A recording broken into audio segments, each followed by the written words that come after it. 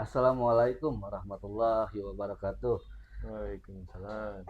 Bertemu lagi dengan saya Repi Fikri Haikal dalam acara Podtasik, podcast Kemenag Kota Tasikmalaya, memberi informasi, mengedukasi dan menginspirasi. Sahabat Regi, sudah lama tidak bertemu dalam acara Podtasik ya. Alhamdulillah hari ini kita kedatangan Kepala Seksi Penyelenggara Zakat dan Wakaf Haji Ujang Muslihat STM MPD, Pak. Assalamualaikum. Ah, Beliau adalah kasih penyelenggara zakat dan wakaf di mana eh, kita akan kupas tuntas mengenai tugas dan fungsi zakat dan wakaf, apa itu zakat dan wakaf dan apa saja hal yang inovasi-inovasi apa saja yang sudah diberikan oleh penyelenggara zakat dan wakaf ini. Pak Ujang Muslihat sehat? Alhamdulillah. Alhamdulillah. Ini ada beberapa hal yang mungkin masyarakat butuhkan tentang informasi penyelenggara zakat dan wakaf itu sendiri, Pak. Ah, Mulai dari tugas dan fungsi penyelenggara zakat dan wakaf itu apa sih, Pak? Baik, terima kasih. Assalamualaikum warahmatallahi wabarakatuh. Assalamualaikum.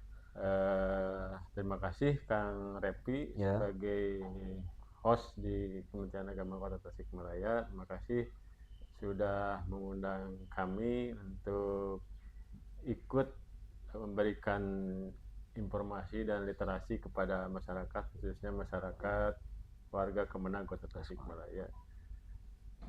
Baik, terkait pertama tupoksi zakat dan wakaf ya. Ya. Terus saya sampaikan pertama eh, tupoksi penyelenggara zakat dan wakaf adalah melaksanakan kebijakan dan program terkait pengelolaan zakat dan Ya. wakaf. Nah, untuk zakat sendiri kami berkolaborasi dengan Bajnas, juga dengan laj-laj yang ada di Kota Tasikmalaya. Untuk diketahui bahwa laj di Kota Tasikmalaya ada kurang lebih 5 ya. Ada Lajisnu, Ya. itu yang NU, ada Lajismu Muhammadiyah, ada DT Peduli yang dari Darut Tauhid, kemudian Laj Persis, dan terakhir ada Laj Al Bunyan. Kami sudah beberapa kali kolaborasi. Kemudian juga untuk Bajnas, kami juga itu mitra strategis kami, dan kami juga sebagai UPJ di Kemenag Kota Tasikmalaya, kami pertama sebagai regulator juga sebagai operator, dan Bajnas sendiri adalah sebagai operator. Jadi kami adalah para mengelola zakat dari para mujaki dikumpulkan. Saya kalau UPJ di UPJ, kalau laj di laj, nah itu dikumpulkan, dihimpun zakat dari masyarakat, dari para mujaki, disetorkan ke Bajnas setiap bulan, terutama dari zakat profesi ya. Zakat profesi, kalau dalam hal ini zakat ASN. Kemudian kami membantu juga pendistribusian dari zakat itu sendiri, mendistribusikan kepada para mustahik, yang sesuai 8 asnaf itu. Kemudian juga untuk wakaf, kami juga kolaborasi, dalam ini ada Badan Wakaf Indonesia, tentu saja dari mulai tingkat pusat, provinsi, dan kabupaten kota. Dan kami sudah bekerja sama dengan untuk bidang wakaf dengan BWI, dan untuk pelayanan kepada masyarakat untuk wakaf ada di KUA, karena dalam hal ini pejabat pembuat akte ikrar wakaf adalah merangkap sebagai kepala KUA. Mungkin itu sekilas tentang tupoksi kami. Berarti pelayanan-pelayanan terhadap masyarakat itu tidak tersentuh langsung oleh PJW ya, oleh penyelenggara zakat dan wakaf. Berarti langsung oleh pihak KUA itu sendiri. Itu. Ya betul, untuk wakaf sesuai amanat undang-undang, karena pejabat pembuat akte ikrar wakaf itu adalah kepala KUA, jadi masyarakat sebagai pemohon untuk mewakafkan hartanya, pertama-tama harus datang ke KUA Hmm. dan kami di penyelenggara zakat wakaf sudah ada aplikasi untuk memproses akte ikrar wakaf namanya AIW, dan itu ditandatangan oleh PPAIW, dan para muwakif ketika akan mewakafkan hartanya itu dicatat di KUA sebagai PPAIW. Terus nih Pak, kalau misalkan masyarakat tuh apa yang diterima oleh masyarakat setelah mewakafkan gitu Pak? Wakaf berupa apa saja mungkin itu ya? Baik, terima kasih. Untuk wakaf sendiri sekarang dalam fikih kontemporer ya. Kalau dulu, kalau dalam fikih klasik, wakaf itu kita hanya mengenal 3M, masjid, madrasah, sama makam. Nah, sekarang ada dalam fikih kontemporer ada wakaf bergerak berupa uang. Nah, kami sendiri sudah melaksanakan program wakaf uang ini dengan nadirnya Nadir Wakaf Uang BWI Kota Tasikmalaya sudah mendapat izin dari Direktorat Pemberdayaan Zakat dan Wakaf Kementerian Agama. Kemudian untuk ekosistemnya sendiri sudah terbentuk wakaf uang itu. Jadi untuk wakaf uang itu harus ada namanya LKSPWU ya. Apa itu Pak LKSPWU itu singkatan dari Lembaga Keuangan Syariah Penerima Wakaf Uang. Nah, ini dalam hal ini kita sudah kerjasama, sudah MOU dengan BTN Syariah, kemudian BJB Syariah, kemudian satu lagi dengan Bank BPR Al-Madinah. Jadi ketika masyarakat para muwakif ingin mewakafkan uangnya, kita bisa melalui LKSPU tersebut. Kalau untuk KUA itu hanya terbatas pada wakaf harta tidak bergerak seperti tanah, madrasah, makam. Itu nanti PPAIW-nya di kepala KUA. Kalau untuk wakaf uang, PPAIW-nya adalah pejabat bank itu sendiri. Terus langkah apa yang dilakukan oleh penyelenggara zakat dan wakaf sendiri untuk mempromosikan wakaf uang ini Pak? Soalnya mungkin masyarakat-masyarakat di luar sana belum tahu atau tidak paham nih gimana caranya untuk wakaf uang gitu Pak. Baik, untuk wakaf uang sendiri kita bedah dulu ya, bahwa pemerintah dalam hal ini Kementerian Agama punya program pemberdayaan ekonomi umat. Yang pertama adalah kota wakaf, kemudian inkubasi wakaf produktif, dan yang ketiga kampung zakat. Dalam kota wakaf sendiri, suatu kota bisa dinobatkan sebagai kota wakaf, salah satunya sudah menyelenggarakan wakaf uang. Kita mengerucut bahwa kita dalam program kerja di kota wakaf ini, kita sudah punya program kerja yang mencakup 3 tahap. Pertama, program jangka pendek, kemudian jangka menengah, dan jangka panjang. Nah, literasi kepada masyarakat, edukasi kepada masyarakat itu tertuang dalam program jangka pendek. Kita sudah mengedukasi mulai dari lingkungan internal Kemenag itu sendiri, kemudian beberapa lingkungan terbatas seperti para ketua ormas, para ketua beberapa lembaga seperti BKM, DMI, MUI, FKDT. Kita sudah pernah melaksanakan mensosialisasikan apa itu wakaf uang. Itu sudah tertuang dalam program jangka pendek. Dalam jangka pendek juga kami sudah melakukan edukasi, melaksanakan pelatihan kepada duta wakaf. Kita sudah menelurkan kurang lebih 25 duta wakaf. Kita sudah mengedukasi mereka sebanyak 3 hari ya. Di antaranya ada beberapa penyuluh, kemudian juga ada masyarakat umum, ada masyarakat akademisi. Ya. Mungkin baru karena untuk wakaf uang ini kita memerlukan waktu yang panjang. Itu baru tahap jangka pendek. Kita juga sudah menghimpun sejumlah uang, tapi masih di bawah 1 miliar lah. Ini sudah kita simpan uangnya aman di KSPU tersebut di BTN dan di BJB Syariah. Oh, nanti untuk wakaf uang sendiri itu akan dibuat produktif atau tidak, Pak? Baik, untuk wakaf uang sendiri kita punya beberapa skenario, kita punya konsep. Yang pertama, karena yang namanya wakaf itu harus abadi ya. Ya. Wakaf itu abadi, tidak boleh hilang, tidak boleh diwariskan, Tidak boleh berkurang tidak juga. boleh berkurang. Untuk itu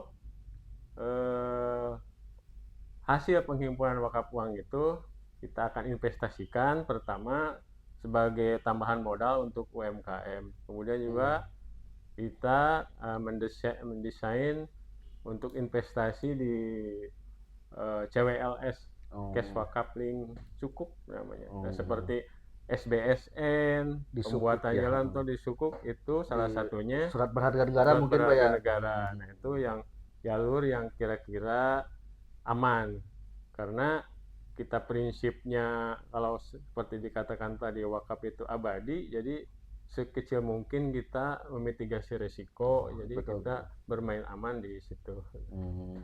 Jadi kembali lagi Pak, kalau misalnya nanti berarti Kota Tasik sendiri dikatakan kota wakaf karena sudah menyelenggarakan wakaf uang. Betul. Apakah setiap kota-kota nantinya kalau sudah menjalankan wakaf uang itu disebut kota wakaf juga, Pak ya? Ini program Kota Wakaf ini program Kementerian Agama, tentu saja ada beberapa persyaratan yang harus dipenuhi dan ada verifikasi juga, ada audisi. Ini ada verifikasi dari pusat, salah satunya wakaf uang, yang kedua juga ada wakaf produktif. Ada wakaf produktif, yaitu aset-aset wakaf yang harus diproduktifkan, bagaimana dan wakaf uang juga itu bagaimana harus berkembang biak, tidak berkembang beak ya. Gitu. Jadi harus produktif dan nanti nilai manfaatnya itu dimanfaatkan. Kita juga sudah punya program untuk bagaimana nilai manfaat itu. Pertama, untuk dunia pendidikan kita ingin menggaji guru-guru yang tidak tersentuh oleh pendidikan formal seperti TPG. Untuk kita juga ingin menyantuni anak yatim, fakir miskin, kita juga ingin membuat mimpi besarnya akan membuat rumah sakit dari wakaf. Alhamdulillah, mudah-mudahan tercapai ya, Pak. Amin. Oh ya Pak, ini wakaf produktif nih kan, ada yang bentuk uang atau hanya bentuk uang gitu, atau ada hal lain yang bisa diproduktifkan selain daripada uang? Wakaf produktif itu bisa bermakna uang yang diproduktifkan, bisa juga suatu aset wakaf yang diproduktifkan dengan misalnya lahannya dijadikan produktif untuk pertanian, peternakan, atau juga bisa dibuat usaha-usaha lain atau disewakan. Nah, kalau uang tentu saja harus produktif supaya tadi berkembang biak, tidak berkembang biak diinvestasikan seperti tadi dikatakan bagaimana. Cuman memang ini memakan waktu yang tidak sedikit, tapi kami mudah-mudahan diberi umur panjang ketika kami juga tidak di sini, mudah-mudahan ini sudah meletakkan fondasi sebagai legasi untuk generasi selanjutnya sebagai yang bisa awal ya, Pak, ya? Melanjutkan program-program kami yang insya Allah bermanfaat Amin, untuk amin. masyarakat. Berarti nantinya juga untuk masyarakat Kota Tasik sendiri wakaf ini, Pak? Betul, karena ini amanah dari para tokoh masyarakat ketika kami waktu itu tahun 2023 ya, kita mengumpulkan tokoh masyarakat, ada ketua PCNU waktu itu masih dijabat Pak Atem Musodik ya, ada ketua MUI Pak Kiai Aminuddin, ada ketua DMI Pak DT, bahwa kita tidak ingin wakaf uang ini lari keluar dari Kota Tasikmalaya. Kemarin juga ada sebetulnya sebelum MOU dengan Bank BTN dan itu ada satu bank, cuman kelihatannya uang itu akan lari ke Jakarta. Nah, ini tidak Iya, cocok. betul. Jadi kami ingin di sini dipergunakan di sini dan dimanfaatkan untuk sebesar-besarnya kesejahteraan Warga warga Kota Kota Tasikmalaya. Alhamdulillah. Nah, terus selanjutnya Pak, misalkan ini uang udah terkumpul berapa, misalkan ada itu teh terbuka atau tidak Pak uang itu sendiri untuk wakaf uang datanya. Baik, terima kasih. Untuk wakaf uang sendiri, kita sudah membuat SOP ya. Kita Hmm. sudah ada, kita juga sudah menerbitkan buku, ada 3 buku Hmm. dibuat dari mulai bagaimana apa itu wakaf uang, kemudian bagaimana mengelola wakaf uang, bagaimana menghimpun wakaf uang. Untuk wakaf uang sendiri, ya kita belum terlalu banyak karena kita masih penguatan regulasi ya. Untuk diketahui bahwa untuk melaksanakan meskipun ini berniat baik, tapi kita harus ada payung hukumnya. Iya betul. Sementara kita supaya namanya aman syar'i, aman regulasi, aman NKRI itu istilahnya. Nah untuk aman syar'i sendiri insya Allah lah itu sudah jelas. Kita sudah tidak perlu diperdebatkan lagi fikih bagaimana tentang wakaf. Nah untuk regulasinya sendiri kita untuk Menteri Agama sendiri udah ada surat edaran wakaf uang cuman di lingkungan ASN Kementerian Agama. Oh. Untuk di masyarakat umum kita sedang menunggu, kita sudah beraudiensi dengan Pemda ya. Kebetulan kemarin kita sebetulnya sudah mengerucut karena ada pergantian kepemimpinan, jadi kita minta lagi. Ini untuk penguatan regulasi kami sedang menunggu peraturan wali kota atau peraturan daerah supaya legal secara regulasi dan tidak ada dipermasalahkan karena kita harus punya dasar hukum bagaimana memungut uang kepada masyarakat umum di luar Kementerian Agama. Kita potensinya kita OPD di Kota Tasikmalaya kalau kita sudah identifikasi itu ASN sendiri ada 6.000 ya. 6.000 ASN.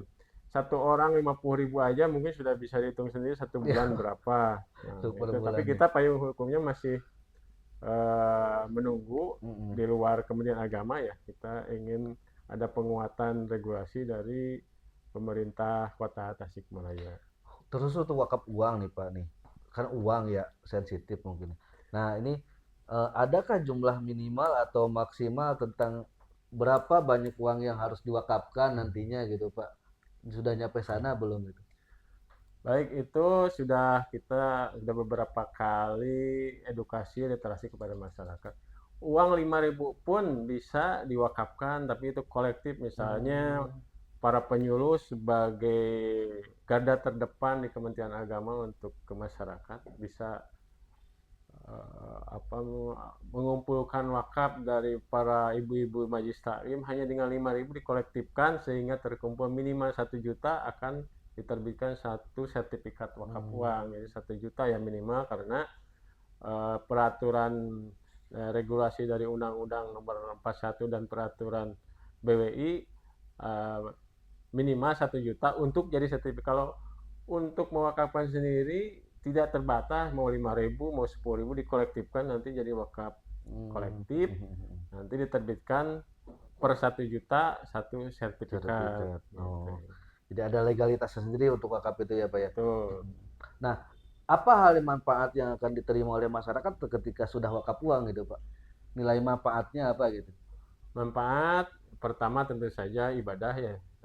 Manfaatnya akan ila yaumil qiyamah ketika seorang sudah mewakafkan uangnya. Yang kedua, kita ingin mengatasi berbagai permasalahan di masyarakat terkait masalah pendidikan yang tadi, masalah kemiskinan, masalah usaha. Kita ingin bantu dari hasil atau nilai manfaat dari uang itu, dari wakaf uang tersebut gitu. Jadi nilai uangnya itu akan selalu abadi, bisa bertambah tapi tidak akan berkurang mungkin Pak ya untuk wakaf uangnya. Ibarat ngemodal lah gitu, wakaf uang ini tuh modal untuk program wakaf uang itu sendiri ya kan.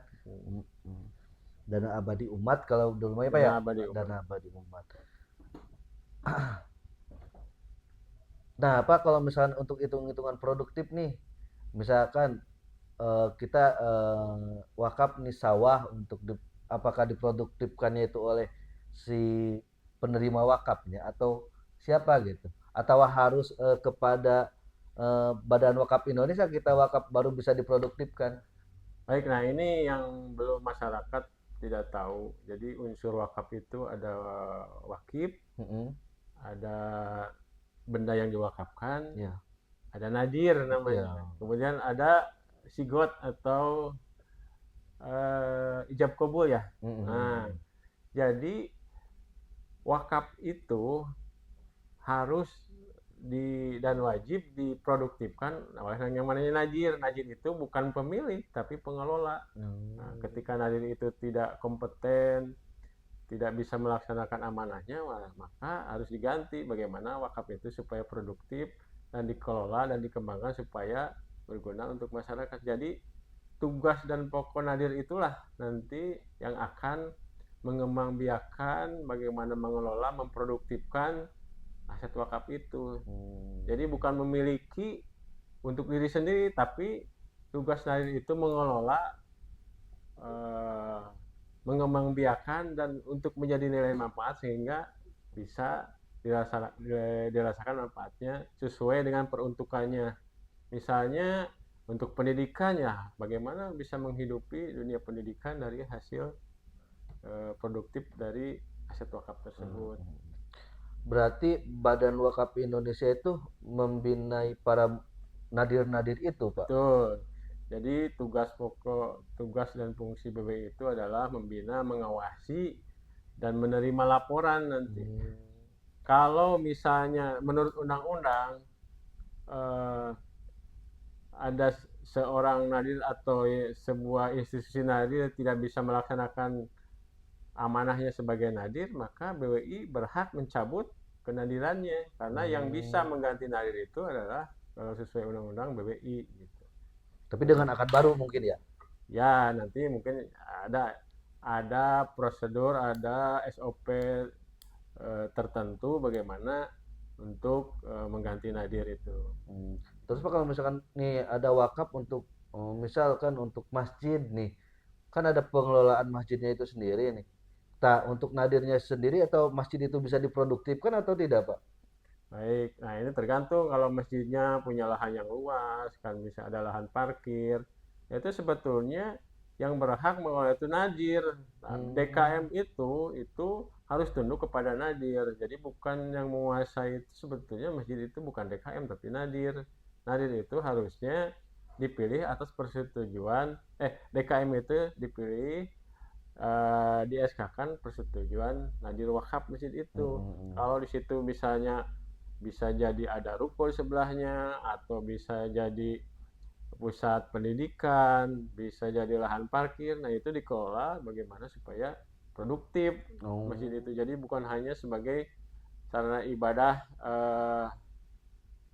spiritual aja, tapi ada nilai sosial ekonominya gitu.